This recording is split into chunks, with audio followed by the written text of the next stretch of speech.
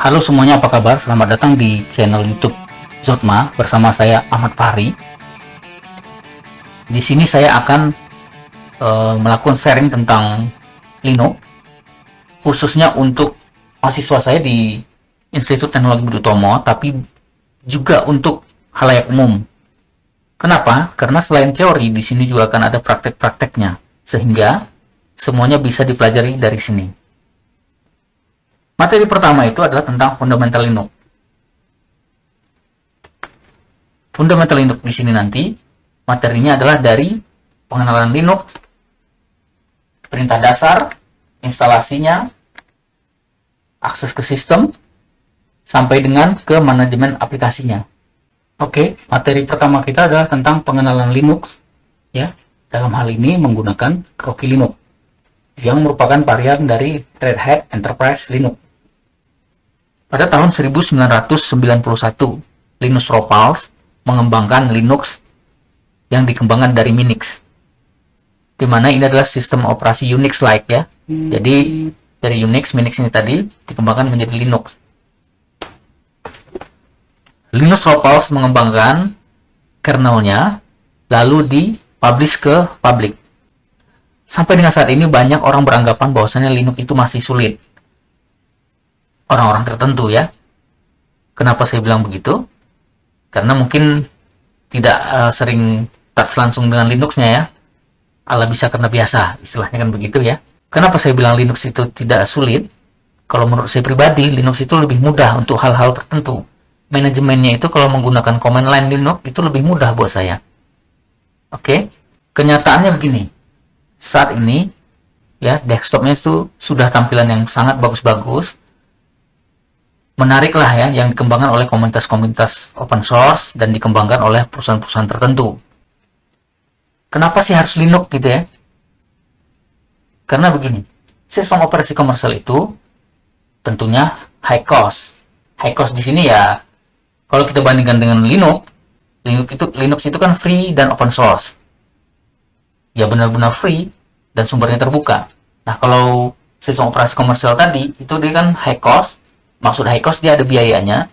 Anggaplah server ya, yang standar Windows Server standar bisa 16 jutaan. Kalau kita kali 10 ya.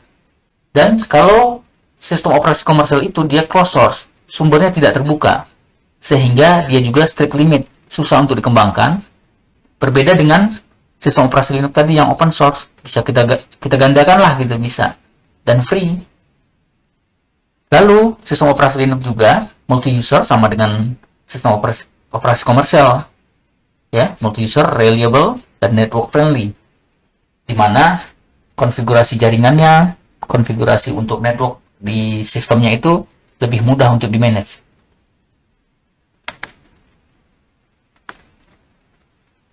Oke, distro Linux itu banyak. Ada RPM base, Debian base, Pacman base, Gentoo base, Slackware base, dan Linux base lainnya. Linux base lainnya karena saya mungkin nggak tahu ya, bisa aja di luar sana di negara mana gitu dia bikin sendiri based on kernel Linux yang open source gitu ya. Tapi jika Anda ingin mengetahui tentang list of Linux tadi, Anda bisa mengunjungi link Wikipedia ini.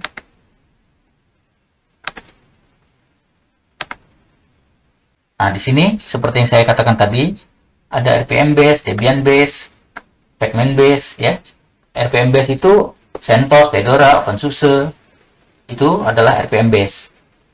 Debian base itu ada Ubuntu, Pacman base itu ada Arch Linux, Gentoo base ada, selain Gentoo base ada juga Chrome OS ya, ada juga Slackware. Nah Slackware ini adalah sistem operasi yang kalau tidak salah sudah tidak dikembangkan lagi ya, slackware.com. Nah 2016 Slackware terakhir ya. Nah ini adalah distribusi Linux yang ada ya, yang kita ketahui ya. Nah terkait Rocky Linux itu adalah varian dari RPM base ya. Kita di sini kan belajar tentang pengenalan Linux, fundamentalnya menggunakan Rocky Linux. Nah Rocky Linux itu sendiri berdasarkan RPM base, di mana dia dikembangkan dari Red Hat punya ya. Red Hat ini adalah sistem operasi open source komersial. Nah, dia punya Fedora Yang bisa dikatakan Fedora ini adalah RND-nya ya. Begitu Fedora mature, maka dijadikan Red Hat. Dan Red Hat ini yang dikomersilkan. Nah, dulu ada CentOS ya. Awal-awal tahun kemarin CentOS diambil oleh Red Hat. Kurang lebih seperti itu. Nah, sekarang komunitas CentOS tadi membuat satu sistem operasi baru namanya Rocky Linux.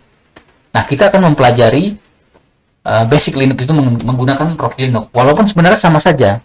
Rocky Linux, mau CentOS, mau Red Hat sama aja ya. Tapi saya lebih tertarik untuk ke Rocky Linux karena itu sesuatu hal yang baru gitu. Nah, ada juga DistroWatch ya. DistroWatch itu dia menginformasikan tentang distro-distro Linux yang ada saat ini.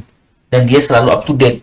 Contoh nih, 2021 bulan 6 tanggal 24 itu ada Linux Proxmox rilis. Jadi informasi tentang Linux yang ada itu diinformasikan di DistroWatch ini. Ya, distribusinya di sini semua nih.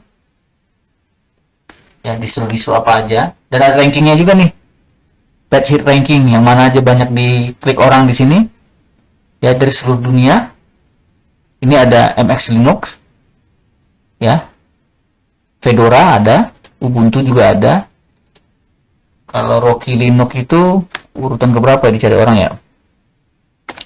Rocky ini sesuatu yang baru juga, jadi mungkin gak banyak juga yang nyari ya.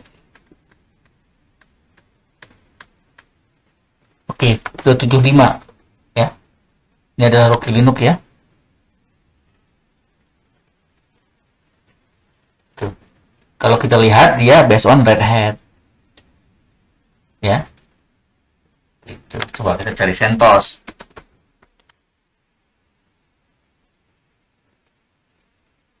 Tuh. Based on Red Hat juga ya. Red Hat. Based on Fedora ya, seperti saya bilang tadi. Jadi mature baru jadi Red Hat yang dikomersilkan gitu ya. Fedora sendiri independen berarti kan ya, harusnya gitu ya. Nah, dia sendiri, jadi kurang lebih seperti itu ya. Nah, tadi saya sempat cerita tentang kernel Linux. Apa sih kernel Linux itu ya? Nah, di sini disebutkan bahwasannya kernel adalah inti dari sistem operasi, menjembatani interaksi antara aplikasi atau program di Linux dengan perangkat keras. Jadi kernel itu adalah interface ya yang mengkomunikasikan OS dengan hardware yang ada di komputer Anda. Kalau kita lihat di sini, ini ada BIOS, lalu OS kernel, dan layer OS.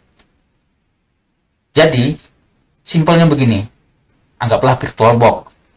Ada fitur-fitur VirtualBox yang memanfaatkan virtualisasi yang ada di prosesor. Kalau itu tidak diaktifkan di BIOS, maka OS kernel pun tidak akan mengenali fitur virtualisasi tersebut. Nah, jika sudah di-enable di BIOS, maka OS kernel bisa mengenalinya dan VirtualBox bisa memanfaatkan fitur virtualisasi yang ada di prosesor tersebut. Nah, jadi tugasnya tadi adalah task scheduling, multitasking, memory management, hardware support, audio support, file system support. Jadi, contoh lainnya lagi, misalnya komputer hardware Anda di sistem BIOS-nya itu USB-nya Anda matikan, maka otomatis OS tidak akan mendeteksi adanya USB port di situ. Atau misalnya port printer, ya, dulu ada port serial, kalau mau kita matikan di BIOS bisa juga. Ada beberapa port yang bisa kita matikan, nanti di sistem operasi pun tidak akan bisa dikenali. Lalu bagaimana sih cara mendapatkan Linux? Gampang. Di sini. Kalau Anda mau ngambil Slackware, ambil saja di slackware.com. OpenSUSE, tinggal klik opensuse.org dan seterusnya. Di sini ada Rocky Linux. Nah, untuk pertama kali kita mungkin nanti akan ambil Rocky Linux. Nah, pertama kali Anda download dulu Rocky Linux.